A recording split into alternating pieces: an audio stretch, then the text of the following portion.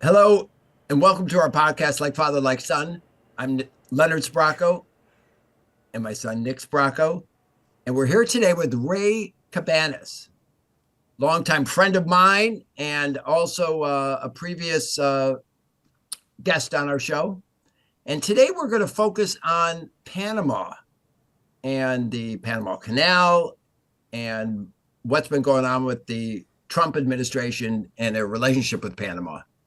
So, welcome, Ray. Thank you. Good to Uh, be back. Ray is innately qualified to talk about Panama, and we're going to get into that. But after his years in service, not only in the military, but working in the government, he has spent a lot of time in Panama, including he got his master's in international affairs through a program from his alma mater, Florida State University. And that was in 2019. And he's been visiting back and forth. It's a special country for him. He enjoys the people, the lifestyle, and again, he has a lot of contacts through his school. So we're going to learn a lot today about what's been going on with Panama and how it's going to affect our future. So Ray, just start off a little bit about your background and with the focus with your time in Panama. So my association with Panama began back in the early 90s when I was on active duty. And I was based out of Panama doing different things within the region, but that was my home base.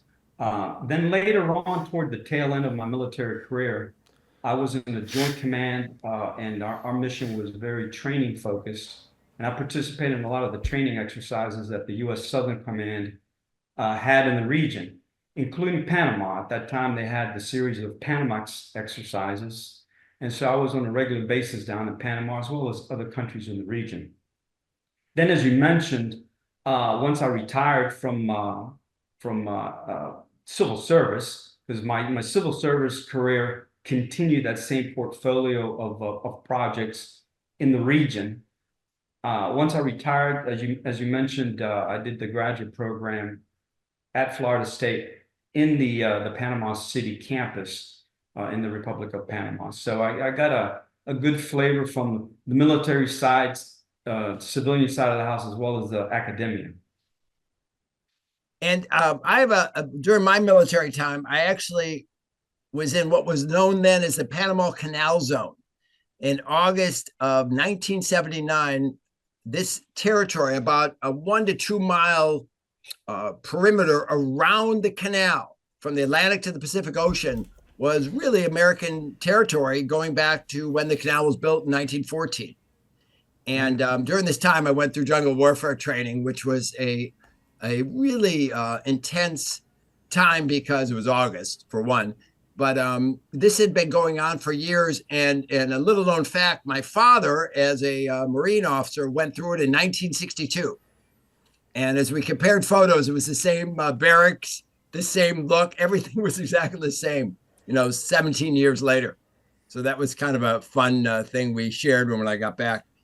But during that time was really the negotiations were in full reign. And in October of 1979, they actually gave this territory back to Panama as part of this whole transition as the 1977 Panama Canal Treaty.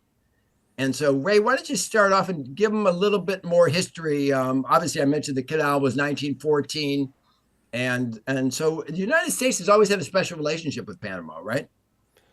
It has, in fact, it basically created Yeah, Panama because because there the had war been with a Colombia, right? negotiation. What? Excuse Was it a me? war with Colombia, right? It was a province of Yeah. Colombia, and the United States had been in a negotiation with Colombia to try to get concessions to build the canal. It didn't go well, and finally, United States basically led the independence movement in Panama, or influenced the independence movement, and then was able to gain its concessions as a result of that. So yeah, we gave birth to Panama basically. But the modern history, I would say it's you mentioned the Canal Treaty. There's actually two treaties that are of import. One was the Canal Treaty itself, and what the significance of that is that it established a Panama Canal Commission and an independent administrator, which carry forward in the Panamanian Constitution into the present day, so that on paper at least, the canal is administered independently from the government of Panama. You know, how independent this administrator is, well, but that's significant. The second one is the Neutrality Treaty, which came into effect once really when the Panama Canal was turned over with the new century. The old Panama Canal Treaty expired. The Neutrality Treaty is in effect. It started out as a bilateral treaty, but it was open to other signatories, and about 40 countries signed on to that treaty, including the Republic of China, Taiwan, which of course the communists would not sign on to it because of that fact. The problem with that neutrality treaty, however, is that there were American reservations in international relations terms. A treaty, you go through different processes, the negotiation, the signing, and then the ratification. Well, in the ratification process in the US Senate, there was a lot of resistance to ratifying it because it didn't include sufficient language to ensure US security interests were maintained. So the US issued reservations. The Panamanians, of course, they issued diplomatic notes that rejected the reservations. So although, and I saw as recently as last week, a press conference by the new US ambassador where he stated quite clearly that the US recognizes all the treaties. So it's not that the US is backing away and trying to use different reservations to push its agenda. But there are technical and legal issues with the neutrality treaty.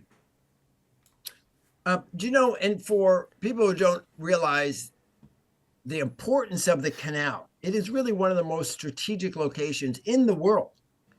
And I'll just give you, it's about a 40-mile long canal that was obviously connecting the Pacific to the Atlantic. It takes about 8 to 10 hours to travel through once you pay your fee, which is that they total $2 billion a year in the annual tolls that are collected to get through the canal. What's interesting to me is obviously the Pacific and Atlantic are different levels. So they have to go through a series of locks. Each ship requires 50 million gallons of fresh water. And this led to, there was a drought in 2024, and this was one of the kind of key, it was one of these challenges that there was American ships couldn't get through, Navy ships couldn't get through. So all of a sudden, this kind of instigated Trump into starting off as one of the first things he talked about as his new administration was Panama. So we're going to get into that. But to add to that, though, 2024, the main users by cargo, incoming and outgoing, in millions of long tons, the U.S. was number one, 160.1. And the next is China with under 50. So about, I think it's like 45. It's a graph, so I'll pop it up on screen too. But the biggest difference from first to second is a large jump. Yeah. So let's get into. I mean, there's more history. Obviously, in 1989, we invaded to get rid of the dictator Manuel Noriega. So it's not like there hasn't been precedence once we actually gave away the canal to Panama's control that we just let them be. It's still such a strategic point in the world that it hasn't really been mentioned in for decades. And all of a sudden, Trump brings this up right at the beginning of his presidency. And two of the things he mentioned that we're going to have Ray get into is one, that they were overcharging for U.S. ships. And he said the fees violated the treaty. He also, which was the significant thing that everyone remembers, was the Chinese influence that they were operating and running the canal. And these overall concerns of Chinese control really kicked off a flurry of activity with Panama. But I guess you tell me, Ray, where do you want to start? Do you want to Well, start? let's start then from Yeah. the recent history from when the canal was turned over to Panama at the turn of the century. So right after that, 9/11 hit, and U.S. foreign policy attention was completely diverted elsewhere. And we have been consumed, well, for the first 2 decades of this century with the Middle East, with the wars in Iraq, Afghanistan, recently with the October 7th attack. So China used that inattention by the United States, and this was not just with Panama. We pretty much neglected the Western Hemisphere for the first 2 decades of the century. And China took advantage of that. In 2013, it started its Belt and Roads Initiative. Panama was the first Latin American country to sign on to that in 2017. And little by little, the Chinese tentacles started to enter into the Panama area, as well as the rest of Latin America. And then you have Trump. He comes in, and he completely turns the table over when it was at a press conference in Mar-a-Lago, I guess the first time he mentioned that he was going to take back the canal. And that just threw the Panamanian political establishment in the hair on fire. And since then, though, it's really gelled to me that the Panama Canal is part of a larger hemispheric strategy. Number one, to reassert the Monroe Doctrine, that the United States considers Latin America its backyard. It does not want other foreign powers with any meaningful presence there. Recognizing that it is key terrain, a strategic choke point that we have to have control over. Not direct daily control, but certainly security overwatch. And from there, it could serve as a forward operating base to conduct U.S. influence operations or other type of operations elsewhere in the hemisphere. And as you saw very recently, for example, there was a daring rescue of 5 so-called hostages. I'm using the words that Secretary Rubio said, from the Argentine embassy in Caracas.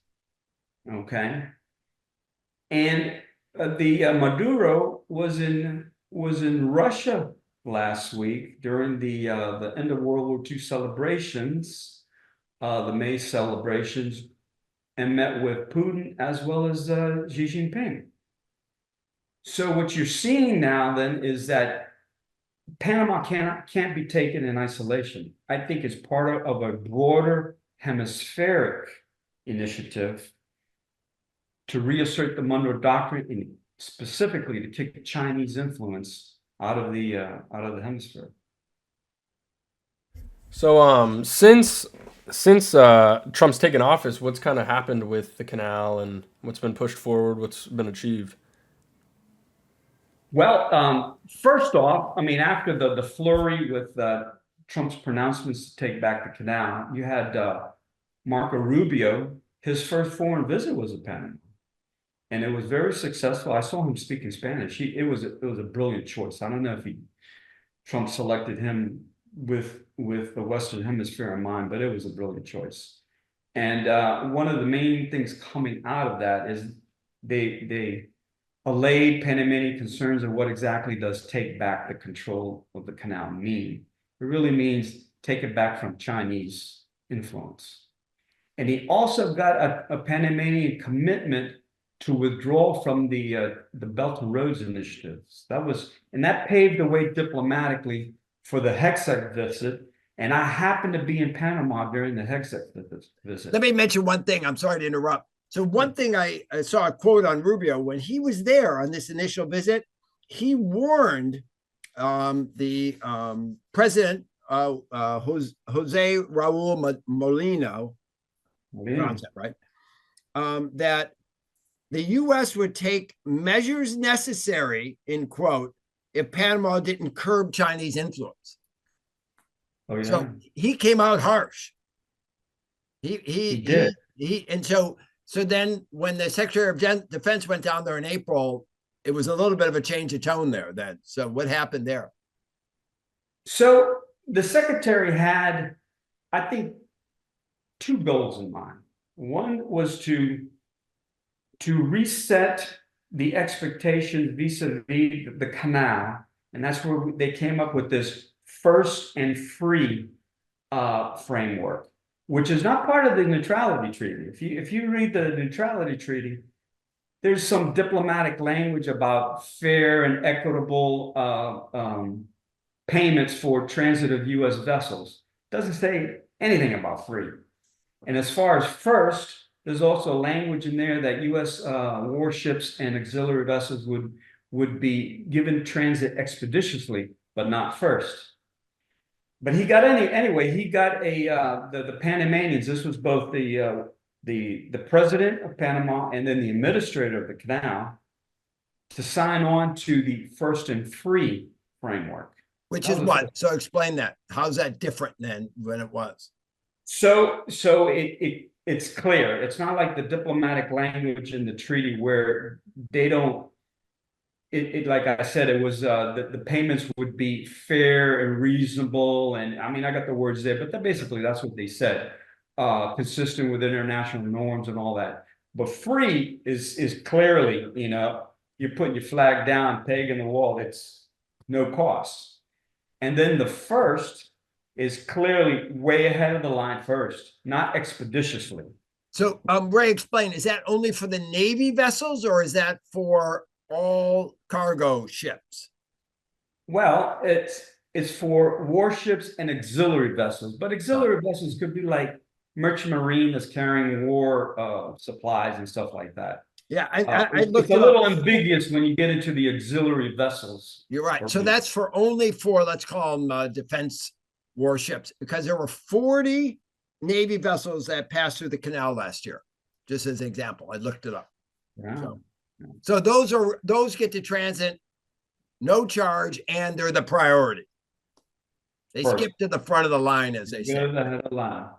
The second thing, which is very significant, was the so-called the memorandum of understanding, and the core concession there is that the U.S. will be able to use 3 bases that are former U.S. military facilities: Rodman Naval Station on the Pacific side, Howard Air Force Base, right in what used to be the Canal Zone, very close to Panama City, and then Fort Sherman on the Caribbean side, which also has an air base. It'll be on a rotational basis. In other words, they won't be permanently stationed, but that's a much better basing option. And we're using that extensively in Eastern Europe now, where you want to have bare bones.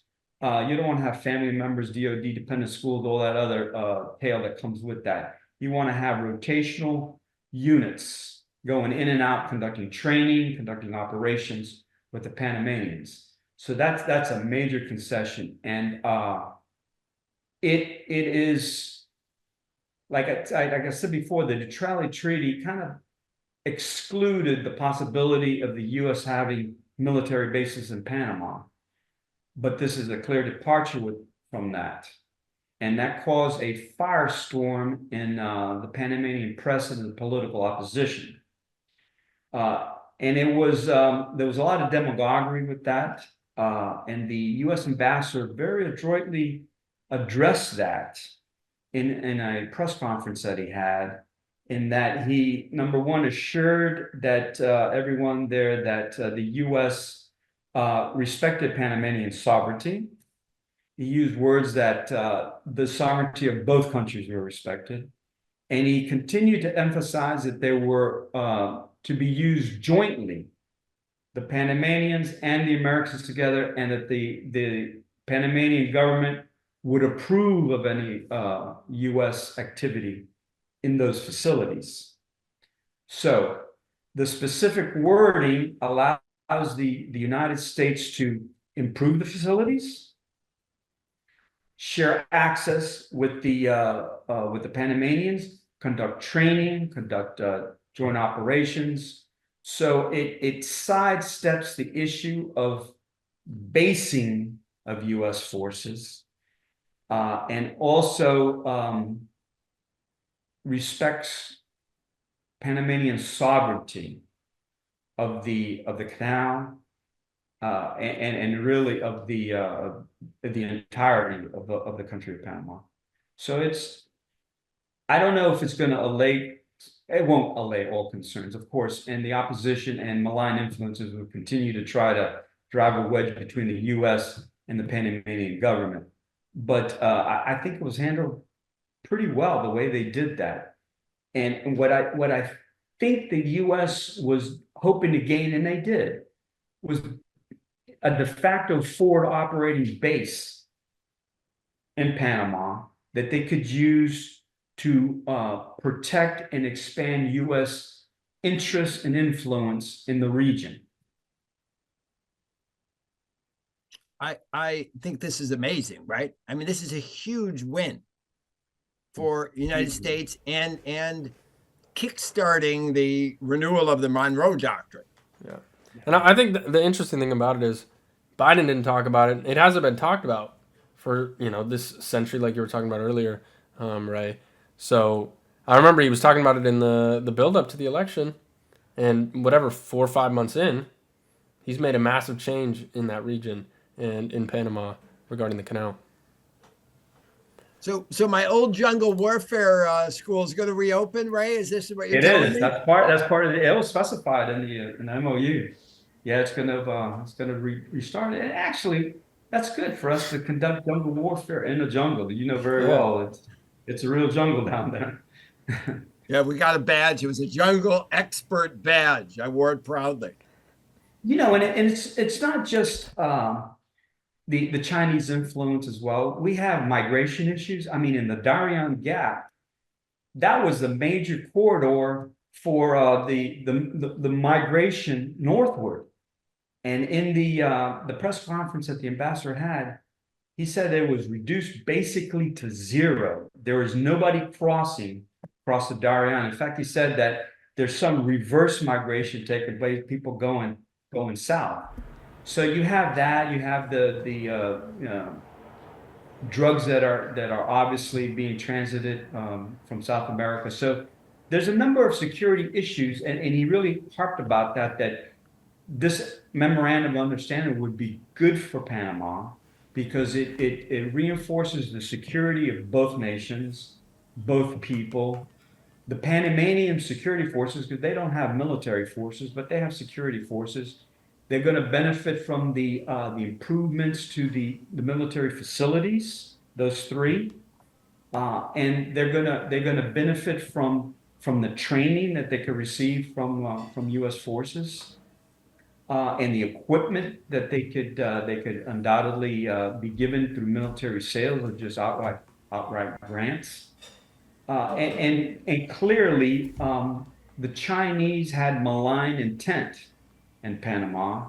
So it gives them a big brother, so to speak, to be able to control and eventually eliminate that malign influence.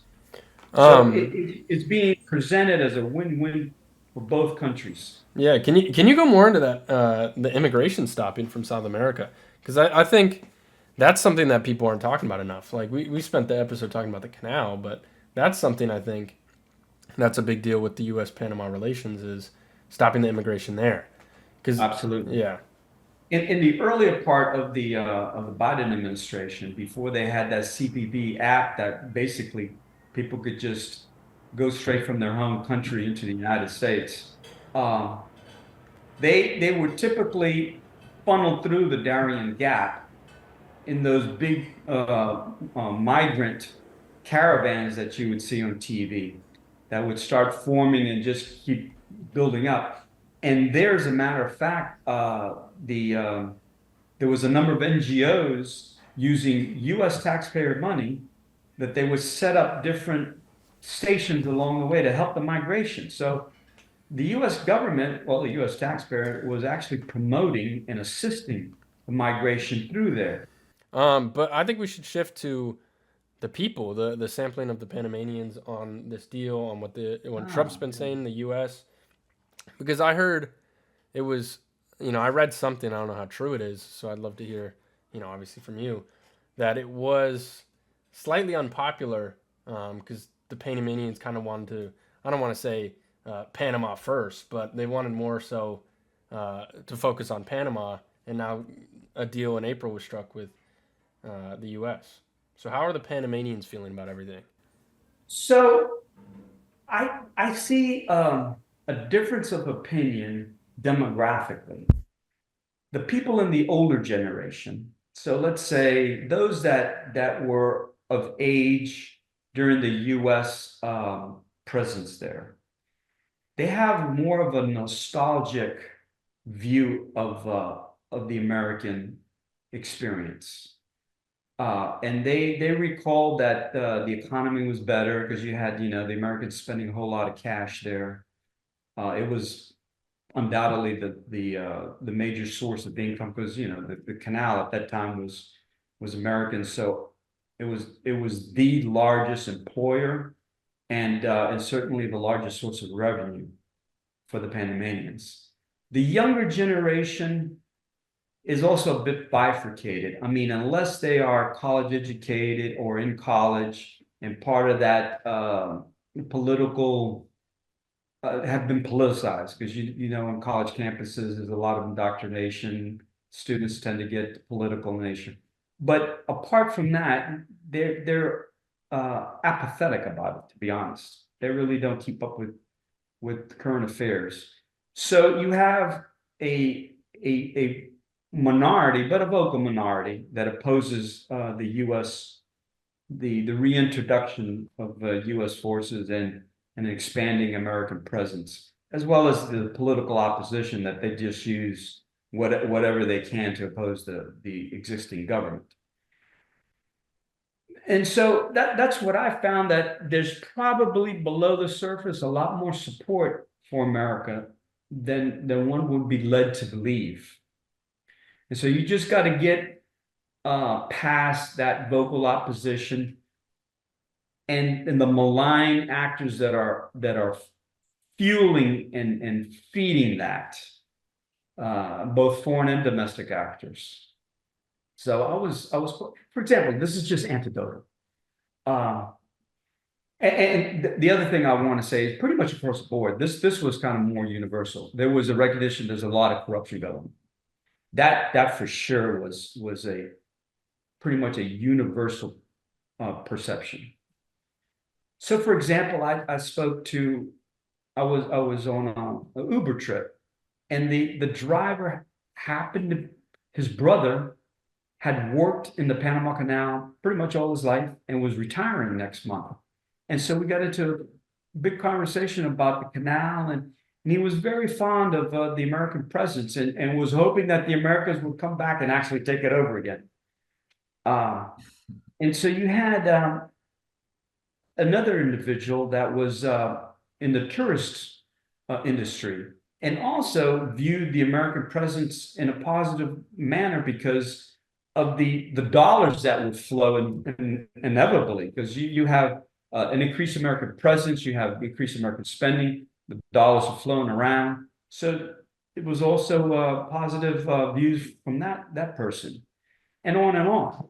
So it's probably what you see in the press is not going to give you really a good feeling for what the people are feeling. That's fascinating because I was just thinking, if you tell us a little bit about President Mulino, who I understand is a conservative pro-business leader, and a little bit get into how Panama has, you've been going down there for decades. How's it evolved really economically? I remember when I was last there in the 80s, Panama City was a banking center. I mean, there were skyscrapers. It wasn't a refuge like the for money like the Cayman Islands, but there was a lot of wealth there, and so I'm assuming.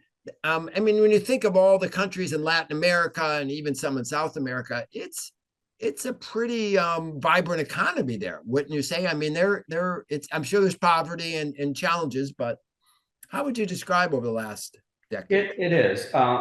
They suffer a lot because of the pandemic, as the rest of the world, but they haven't recovered from that yet. Yes, they still do have a very vibrant banking financial sector, and they enacted some reform laws because it was being used for a lot of money laundering in the past, but they reformed that.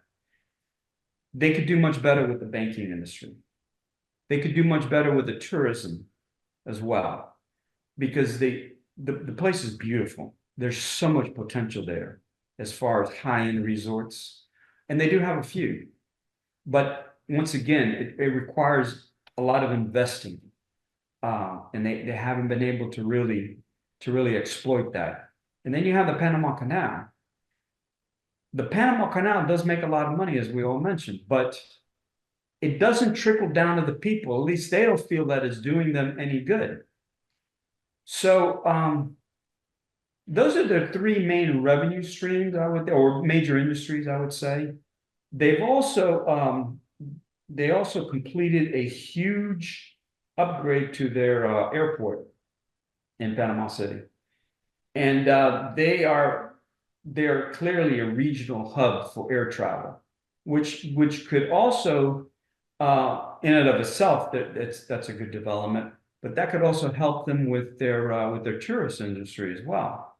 So they have a lot of potential that hasn't been fully realized. And so in my conversations with people in Panama, I try to emphasize that, look, embrace the Americans. It'll turn out good for you. That American investment, because the civilian investments will also coincide with the military investments. You could develop your tourist industry. You could with American technological assistance, you could improve the security of the canal, and that's part of the MOU, by the way, is the cybersecurity for the canal. You can improve the operations of the canal. You could improve really all the sectors of your economy, and just improve the people, the lives of the people. So don't get wrapped up in the sovereignty and the territorial integrity and all those other issues that really they're red herrings, because the United States is not going to be trying to take back sovereignty of the canal. They're not. Why? What they want is access to what is and what Pete Hegseth has said is key terrain. It's a strategic choke point. The U.S. is going to be involved, so embrace it. Don't try to fight it. I was encouraged with how Pete Hegseth handled it as well. It was a much softer approach. Rubio came in hot. But that was good, just to get their attention and to say, hey, the administration is serious. Then Hegseth came in and softened it a little bit, but got what the administration wanted, and now they got a good ambassador that can keep the ball rolling. You talked about it a little bit there, but what are some of the strengths, weaknesses, opportunities, threats that, what's your analysis on some of that? Well, from the Panamanian side of the house, I mean, the key terrain is their strength. I mean, they got something that certainly the Americans want and the Chinese would love to have. So it's their geostrategic location. Weaknesses, their political system is still undeveloped. I mean, this is truly the first foreign policy crisis that the Panamanian government has faced since it took over the canal. So far, they've handled it well. but it is a fractured political system. There's a bunch of parties, and they have endemic corruption that they haven't fully addressed, but they're moving in the right direction. They got some economic problems they got to work through, like we talked about before. So that's their weakness. The opportunity is, this is a golden opportunity. I mean, they could become part of the, sign up for the golden era with the United States.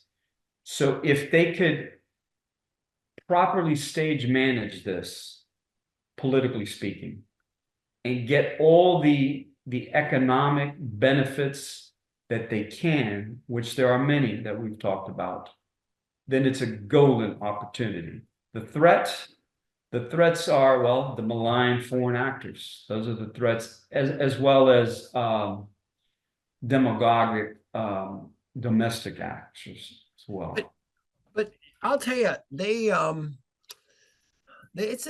other countries can learn from how they dealt with the Trump administration and how they created a win-win. I mean, I think they handled it really well. I mean, again, as you said, both the president and the Secretary of State came in there with guns blazing. They're demographic. Talk about demography. That's a hard word. Yeah. They were firing in all cylinders, right? But then everybody sat back and said, "Hey, we're not taking them literally. We're taking them seriously. Let's figure out what's good for both of us." So it's pretty good, right? I mean, they did a good job. Oh, absolutely. I mean, the initial verbal barrage, especially from the president, is just to get everybody's attention. I mean, he's just going to come in and just overturn the dinner table and then, to start from scratch. He did that with the Liberation Day with the tariffs. But then once you start to say, well, exactly what is the United States looking for?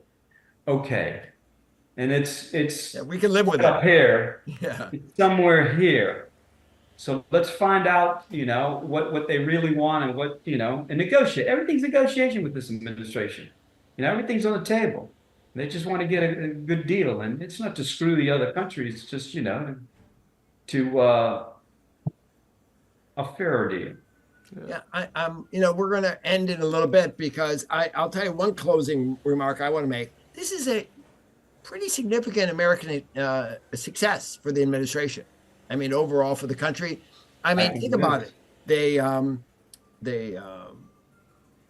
improved the security of this, as we keep saying, this key piece of terrain, choke point. They've also curtailed Chinese influence. Right. And they also, not indirectly, directly helped to cut off the immigration flow. That's right. Yeah. Again, the hundreds of thousands of people who were climbing those, imagine you and I, it's not a place to go hiking, the Darien Gap. I mean, it is hostile terrain, to say the least. It's muddy in the summer. There's snakes and bugs, everything you think is in a jungle. For these, moms and their babies to be crossing that is insane. But they've cut that off. So those are three huge goals of this administration that they kind of nailed in the one thing, right? Yeah. And they quickly. have set the stage for American foreign policy for the hemisphere. Because they needed to secure the Panama Canal in that key terrain to be able to implement the rest of their hemispheric strategy, which you'll see unfolding, and I'm certain that Venezuela is going to be a large part of that. Yeah, there's a lot of countries in the Americas that, Yes, from Venezuela to Haiti to Cuba, there's definitely some ones that are problematic, and we'll see if something happens. But I'm sure, like you said, Venezuela is the next step. To kind of end it, the way ahead for Panama, what do you think is coming up for Panama? Not to be like a fortune teller and like try to predict stuff, but what do you think is the plans for Panama going forward? I think that you're going to see a much closer relationship with the United States. I mean, we were always friends. I mean, there was some tense moments throughout our history. But the Panamanian people were, very much within the American orbit. And so I think you're going to see much greater cooperation between the two countries. I think you're going to see a lot of investment, U.S. investment in Panama. And provided they could politically maneuver themselves through this and not let the issues of sovereignty or territorial integrity, like I said, the red herrings, interfere with that, I think this is going to turn out well for Panama.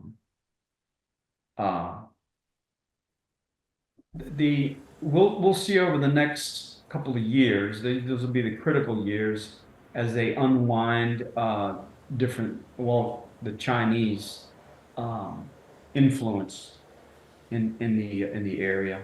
Yeah, do you think China's going to try to get some revenge of a sense, or try to get back involved, or how do you think?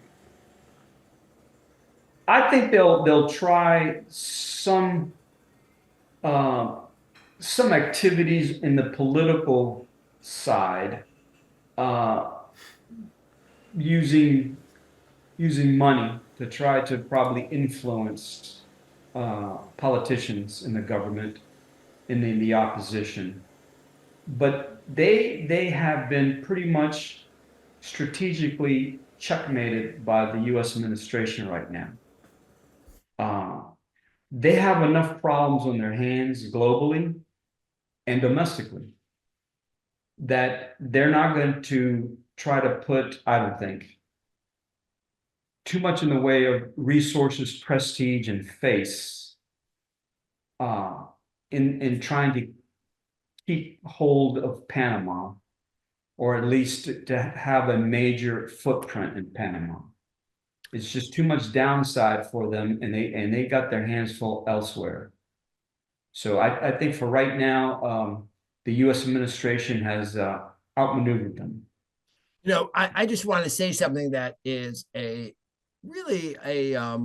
something. It's disturbing, but it's a mistake by the Trump administration.